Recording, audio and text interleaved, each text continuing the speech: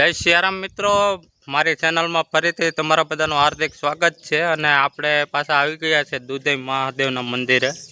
સવાર પડી ગયું છે, આ બધું ટિફિન ને બધું લઈને વહી આવ્યા ને હું આજે એકલો નથી આવ્યો મિત્રો, આજે હું મારા ઘરનાને લઈને આવ્યો છું।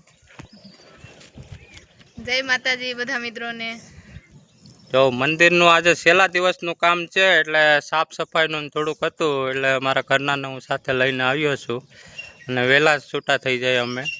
હવે મંદિરમાં કેટલું કામ કર્યું ને કેટલું ઓલું થયું એ તમને બતાવું, કેટલું બાકી છે અને કેટલું કર્યું અમે।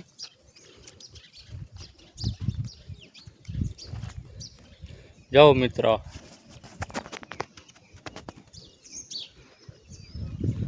બહારની સાઈડ મારી દીધું આપણે ડ્રમ પ્રૂફ કેમિકલ બધું બહારની સાઈડ મારી દીધું, અંદર બાકી છે કામ અને આ ગ્રીલ કરવાની છે। બસ એટલું જ કામ બાકી છે, આજના દિવસનું કામ છે મિત્રો। અને જે લોકો નવા હોય એ અમારી ચેનલને સબસ્ક્રાઈબ કરજો અને અમને સપોર્ટ કરજો મિત્રો।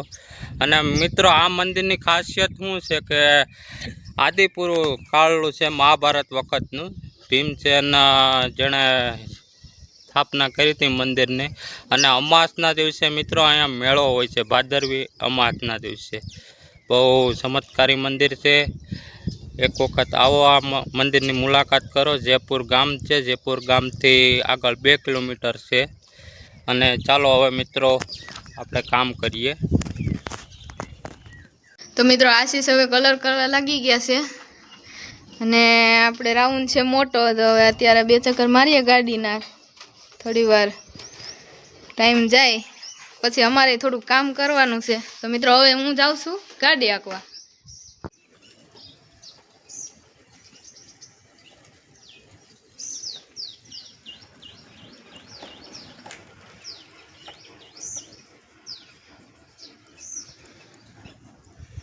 મિત્રો આપણે અહીંયા સિંગલ કોટ ચાલુ કરી દીધો, કલરનો એક હાથ મારવાનો ચાલુ કરી દીધો, ડબલ હાથ મારવાના છે। અંદરનું કામ બાકી છે હવે ખાલી।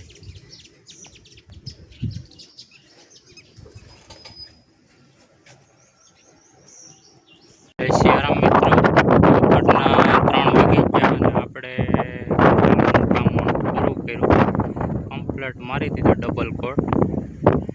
તમે જોઈ શકો અંદરનો કલર લાગી ગયો છે।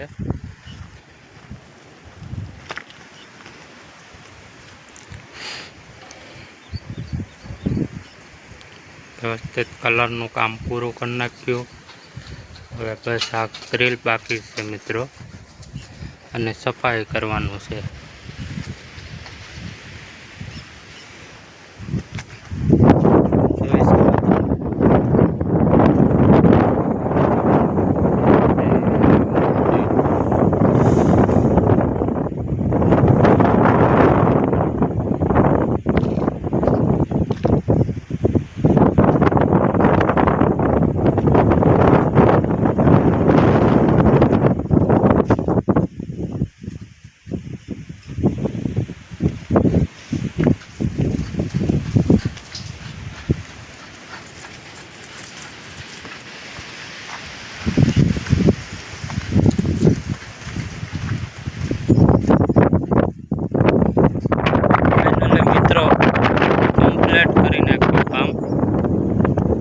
કેવું મંદિર હતું પહેલા ભાગમાં તમે જોયું હશે, અને આ બીજા ભાગમાં તમે કોમેન્ટ કરજો કેવું મંદિર તમને લાગ્યું।